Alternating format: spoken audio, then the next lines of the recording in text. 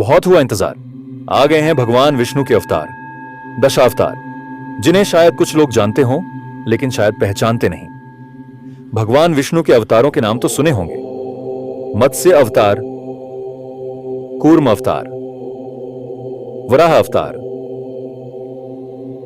नृसिंह अवतार, वामन अवतार,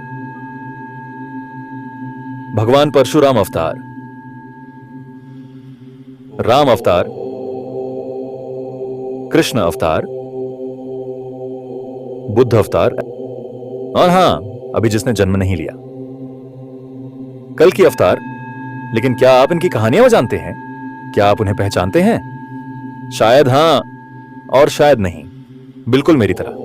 तो बने रहिए हमारे साथ। भगवान विष्णु को पहचानने का समय आ गया है और हम जानेंगे उनके सबसे पहले मत्स्य अवतार की कथा। तो ऐसी ही कथाएं जानने के लिए प्लीज सपोर्ट करें, लाइक करें, सब्सक्राइब करें और शेयर भी करें। जब अधर्म की आंधियां तेज चलने लगें, जब सृष्टि अपने मूल को भूलने लगे, तब स्वयं ईश्वर को आना पड़ता है, किसी रूप में, किसी आकार में। और वही हुआ उस समय भी। एक ऐसा क्षण जब चारों ओर सिर्फ जल ही जल होता है। धरती, आकाश, अग्नि, वायु, सब कुछ जल में समा जाता है। ध्वनि भी मौन हो जाती है और मौन भी भारी लगने लगता है। और ऐसे ही समय में एक अत्यंत भयावह दैत्य ने जन्म लिया था, हयग्रीव। घोड़े के मुख वाला यह दैत्य अपार बल और तीव्र बुद्धि से युक्त था, पर उसका उद्देश्य केवल एक, विनाश।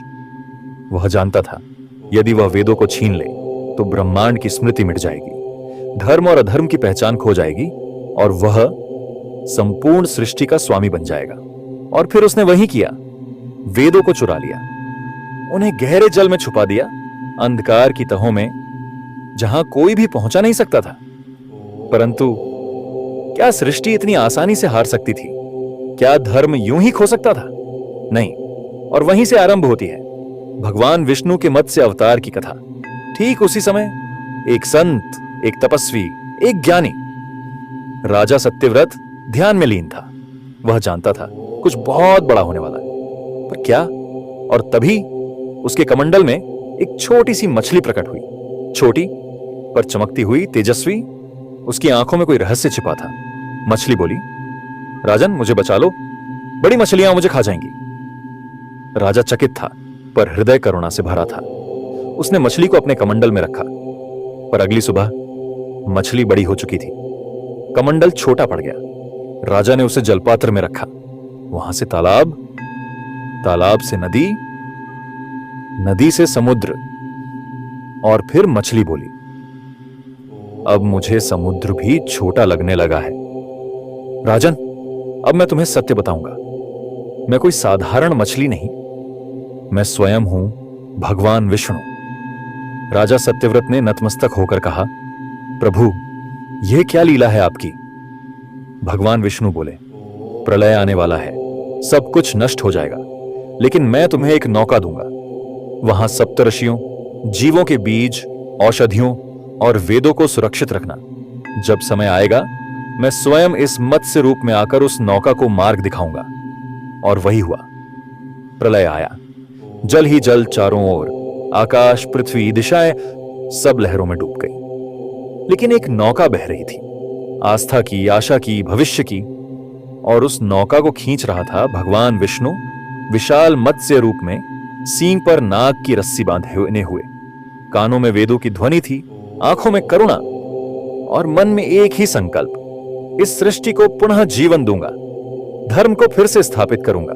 चारों ओर जल ही जल।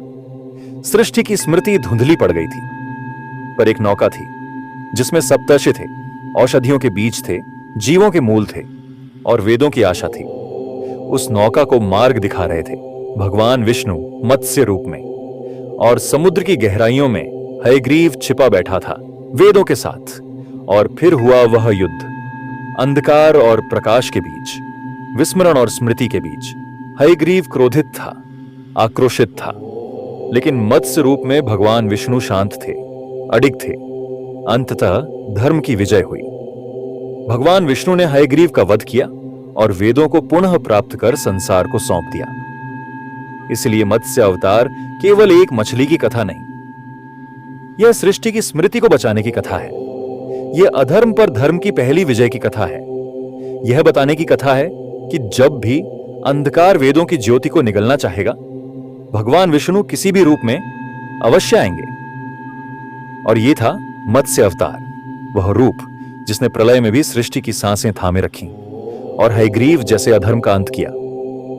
और इसी के साथ भगवान विष्णु की मत्स्य अवतार की यह दिव्य गाथा यहीं समाप्त होती है।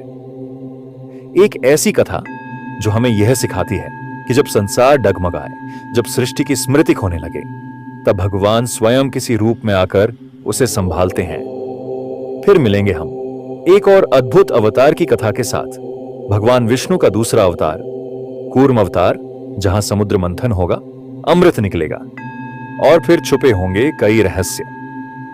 तब तक के लिए नमस्कार, बने रहिए हमारे साथ और प्लीज इस आध्यात्मिक यात्रा में हमें अपना समर्थन दें, लाइक करें, सब्सक्राइब करें और शेयर जरूर करें, क्योंकि कहानियां सिर्फ सुनने के लिए नहीं होती, उन्हें जीने के लिए होती हैं।